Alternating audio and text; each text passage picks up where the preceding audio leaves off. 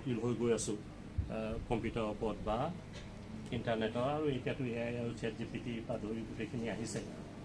তেনে ক্ষেত্ৰত আমাৰ নতুনত্বৰ যিটো চিন্তা, সেইখিনি কেনেকৈ আমি নতুন আমাৰ যিখিনি উঠি অহা ল'ৰা ছোৱালী তেওঁলোকৰ মাজত আমি সেই চিন্তাধাৰাৰ যিটো এটা আমি কওঁ যিখন বহল এখন পথাৰ, সেই পথাৰত কেনেকৈ সাৰুৱা কৰিব পাৰোঁ সেই দিশত কাম কৰাৰ প্ৰয়োজন আছে।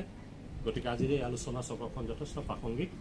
অসমীয়া বিভাগক মই ধন্যবাদ জনাইছোঁ। আমাৰ IPOC কোঅৰ্ডিনেটৰ বাইদেউ আছে স্বপ্ন।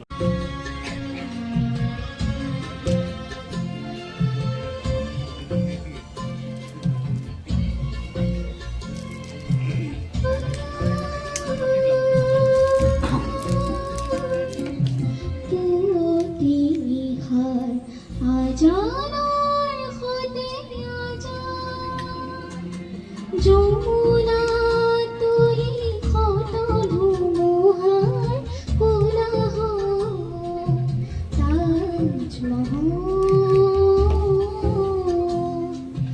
তাজমহল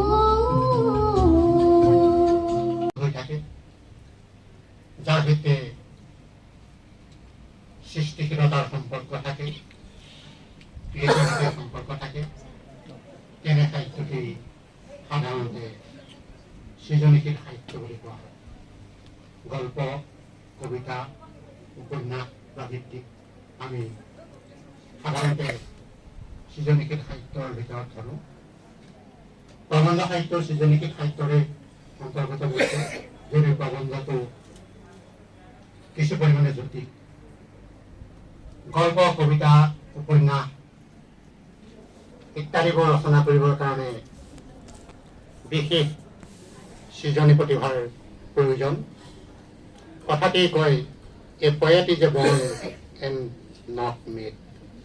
কবিসকলৰ জন্ম হয়, তেওঁলোকে জন্মগত প্ৰতিভালৈ এই ধৰালৈ আহে আৰু তেওঁলোকক স্ৰষ্টাৰ অংশীভূত বুলি ধৰা হয়। অপাৰে কাব্য সংসাৰে কবিৰে এক প্ৰজাপতি।